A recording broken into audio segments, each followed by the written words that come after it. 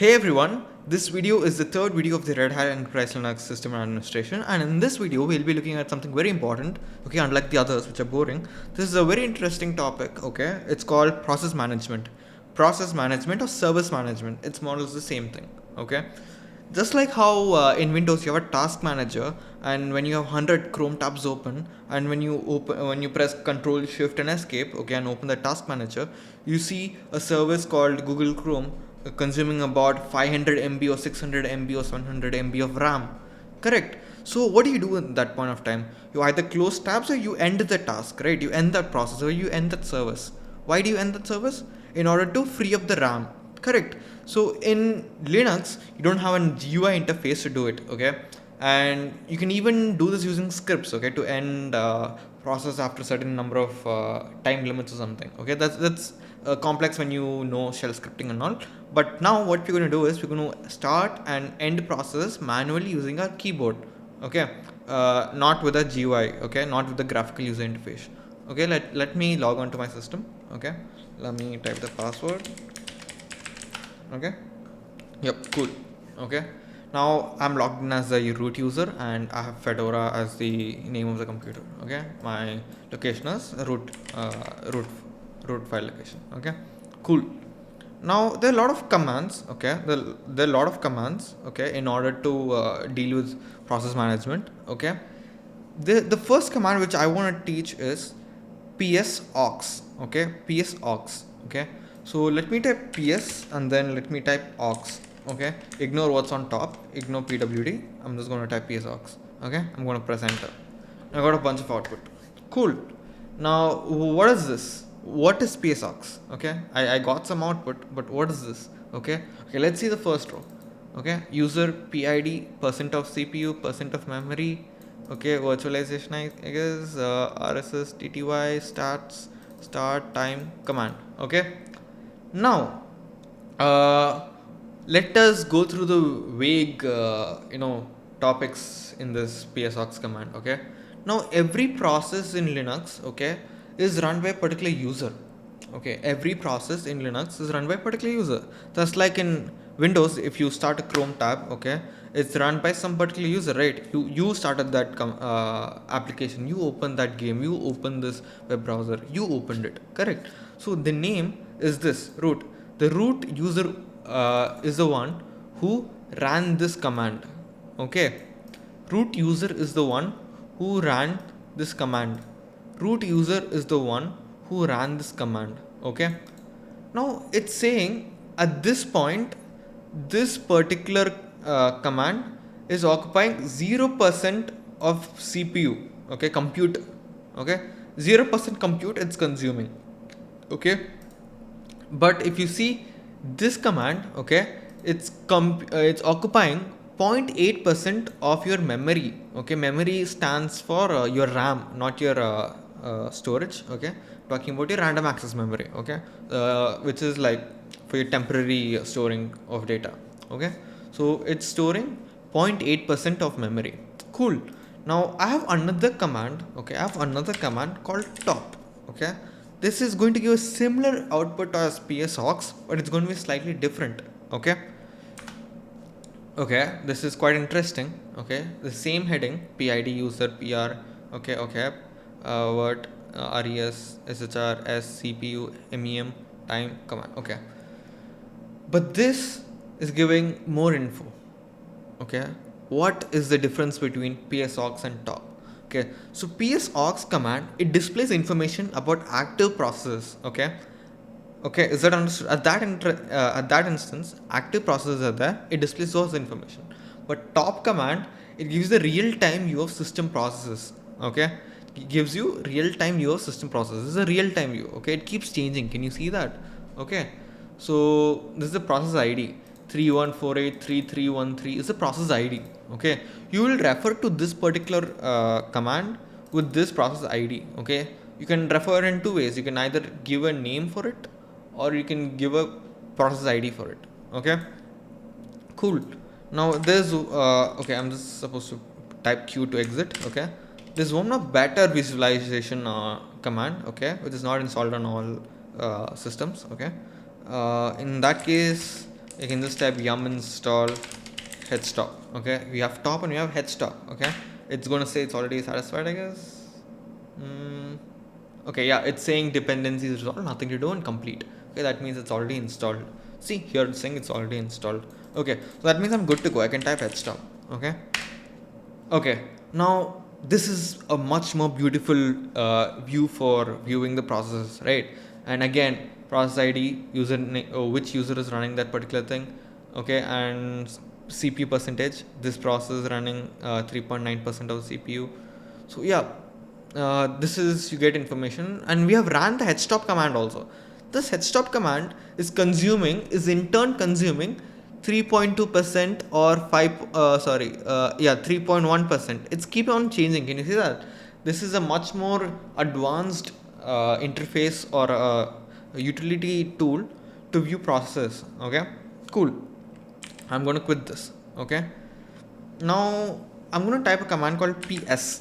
Okay, you remember we typed psaux and I'm typing px right now. What's the difference between ps and psaux? What is the difference? Okay, so in this case, psaux command, okay, which we typed as the first, okay, it gives you a more comprehensive and detailed view of all processes. Okay, but there's one difference. Okay, the main difference is that ps command gives a snapshot of the process at this terminal. Okay, like in this terminal, what all processes are running. Okay, so if I open, let's just say top, okay, and let me do ps. Okay, now why is this not showing in this? Okay, the reason is simple. Okay, the ps commands provides snapshot of process associated with the terminal from which it is run. Okay, this is the terminal which is running, correct? At this point, what all processes are running? Sudo is running, bash is running. Okay, obviously bash should be running here, correct? Okay, it's cool. I'm gonna quit this. If I type ps here, same thing. Okay, in this sudo is not running. Why sudo is not running? Because here we are acting as root user. Okay, but we are not acting here as your root user. That's why you are not seeing sudo here, while you're seeing sudo where here, exactly here. Okay, so sir, understood. Okay, it gives a snapshot of the process. Okay, in this terminal. Okay, in this terminal, which process is running, which processes are running. Okay, in the current terminal session. Current terminal session is very important. That's why even if you open a different terminal session and if you type ps command, the output is different. Okay, yeah. psaux command is what? Again, it gives you a detailed list of process running on the system. Okay, now okay, so we had different headings, right? We had different headings. Okay, yeah, we had different headings. Okay, so what do the headings mean in psaux? Okay, what do the headings mean in psaux? I've only explained a few of them, right? The user, what? The username associated with the process, the user which is running the process. Okay, next is pid, okay, which stands for process id.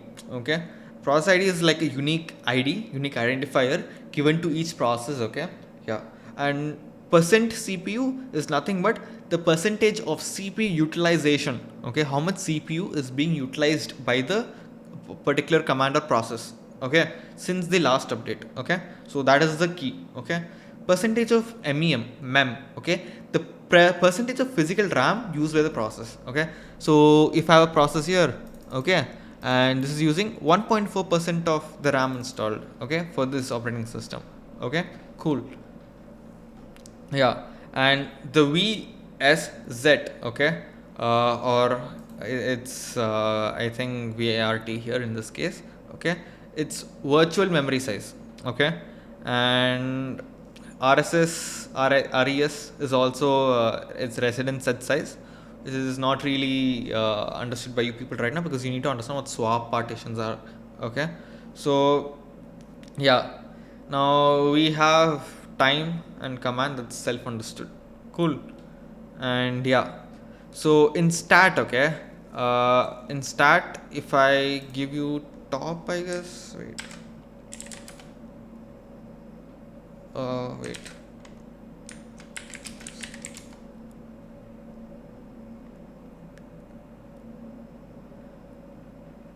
Yeah. For PSOX, we have stat. Okay. So there are many letters here: capital S, small s, capital S, I, S, and a lot. Okay. Now S stands for sleeping. Okay.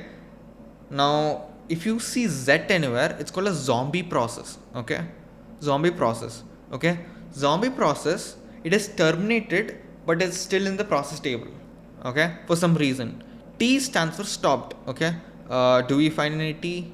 Is there any T? Is there any T? It's not there. R stands for running process. Okay. R stands for running process. S stands for sleeping process. D stands for waiting for uninterruptible sleep. Okay. D, is there any D? There's no D process. Okay. Cool. Okay. So yep.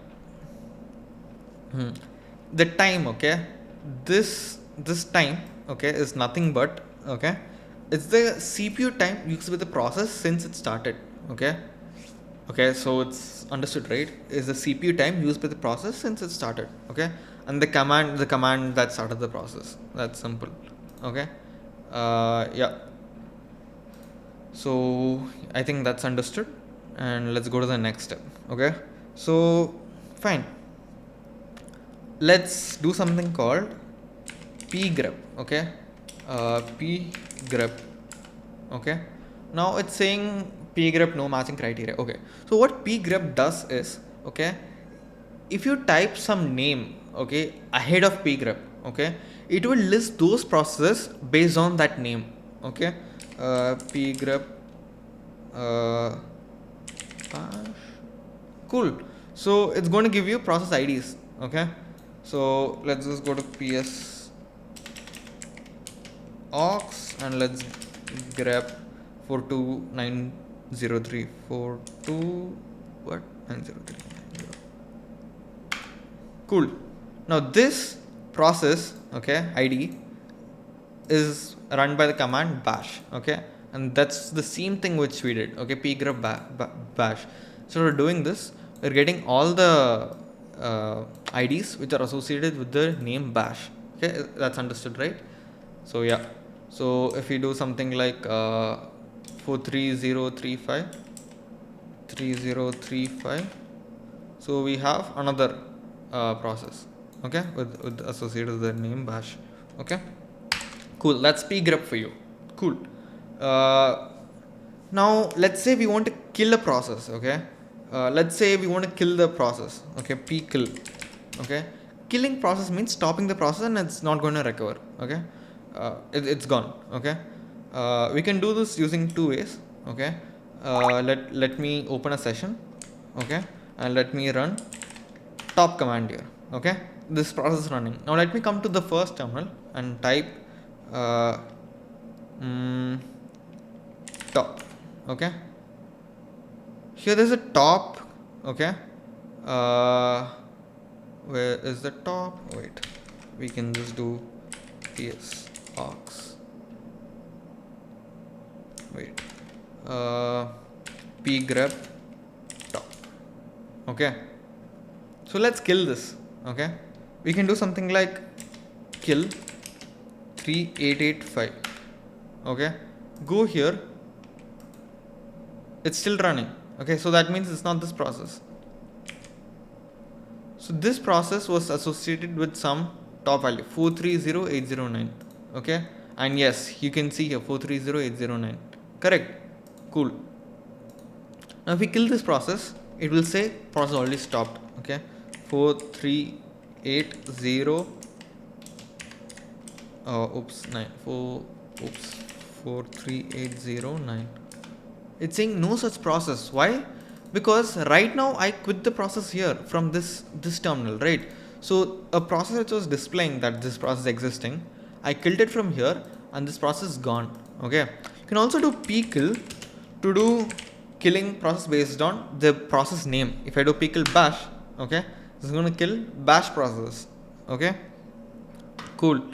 And yeah, and if you do kill -9 and process ID, okay, let's say the some ID, this command is going to forcefully kill a process. Okay, no matter what it's going to give, it's going to forcefully terminate a process. Okay, yeah, there's a beautiful command called ps tree, I believe, ps tree. Yes. Okay. Now what does PS tree give? Okay, it gives you the tree diagram of process. Okay, now I am not sure how much you guys understand. Okay, so the branches, okay, this is a sub process of the main process. Okay, parent process, this is a child process of the main process. Okay, the number of times I'm saying process, oh my god, right.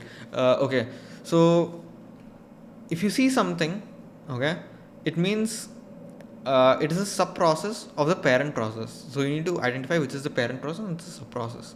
Okay, cool, cool. Yeah, that's pretty much about PS and those.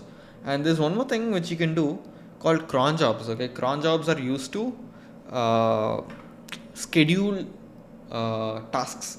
Okay, you can use it to kill process, you can use it to start process, you can assign jobs to it. Okay, cool.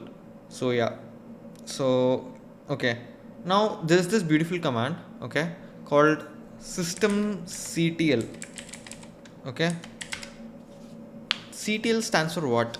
Okay, ctl stands for what? Is it control? No, it's something else. You guys can go look at what ctl is, because systemctl and this ctl term is used in many places. And if you're working on Kubernetes like me, okay, you will see something like kubectl. Okay, what is kubectl? Cube is okay, Kubernetes. What is ctl? So just google what ctl is. Okay, before that, let's just go to systemctl. Okay, and let me do this. Okay, it has some ugly documentation which we don't care about. Okay, let me do man systemctl. Okay, okay, systemctl control the system d and system d, system and service manager. Okay, description may be used to introspect and control the state of system d, system, okay, and service manager. Okay, we have a lot of theory here. Okay, cool. Okay, now I have a service called sshd. Okay, sshd. Okay, let's see if sshd is uh, uh, running or not. Okay, we can do something systems ctl. Okay, status sshd. Okay, it's saying it's running. Okay, cool. Now let's stop this process. Okay, let's stop this process. Okay, now it's not going to show any output, but let's go type status again. Now it's going to say what? It's inactive and it's dead. Okay, cool. But it's saying enabled. Okay, it's saying enabled. Okay, what is enabled? Okay, let's disable this sshd. Disable. Cool.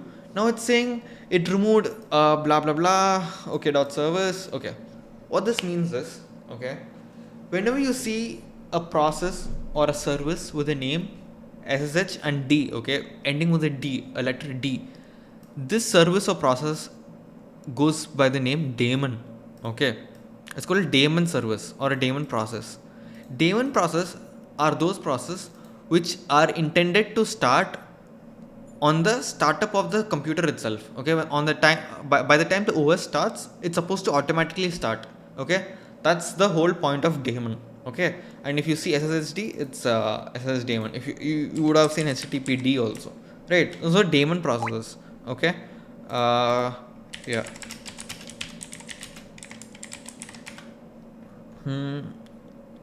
So yeah, so it's like daemon process. Okay, they run in the background. Okay, like I'm just reading out something here. Daemons are typically started during the system boot process and continue to run in the background, providing various services or performing tasks. The term daemon is derived from the Greek mythology or something, okay, which we do not care about. Okay, and yep, okay, so it's basically started during the system boot process. Okay, by the time system is booted. To make that happen, okay, we need to enable it first. Okay, I need to enable it. Okay, to make it happen, I need to enable it. If I don't enable it, it won't start on the boot process. Okay, now if I do status, it's going to say enabled, but it's stopped. The active, it's inactive. Correct. Okay, cool. Now let me try to SSH into localhost. SSH localhost. Okay, remember we created the username Darshan in the previous one. It's saying connection to host local port 2022, I mean not 2022, 22 connection refused. But we do have SSH, right? SSHD, right? But why is it not saying connection is accepted or something? It's saying connection refused. Simple. We can do something simple. Okay. All we need to do is we have to start the service using systemctl. Systemctl start SSHD. Okay. Now if I do status, okay, it's active. Okay. Now if I go to the previous command SSH into this thing, I'm going to have me type my password. Oh, oops, I typed the wrong password. Yep, I'm logged in. Okay, I'm able to use SSH service. Okay, cool. So you can use systemctl to toggle process based on enable, disable, and start and stop. Okay, so yep. So do I have Docker process podman running? Yep. Okay, so systemctl status Docker. Okay, Docker is inactive and is disabled. Okay, so let's enable Docker. Okay, let's enable Docker. Okay, and then let's do systemctl start Docker. Okay, cool. Now if I do status, okay, Docker, it's running and enabled. Okay, now if I do something like Docker full nginx, okay, boom, it's working. Okay,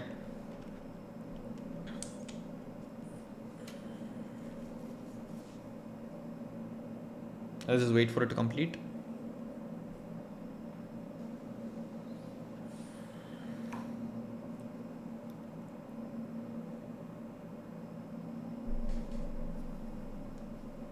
Cool. Now let's just stop the process. Okay, let's stop the process. Let's stop Docker. Okay.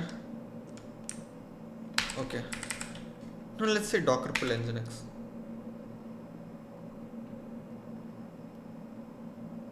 It's still working. Why? I want you guys to go and decide why is it working in the case of Docker but not in the case of SSH. Okay, let's disable Docker. Okay, Docker disable systemctl. Okay,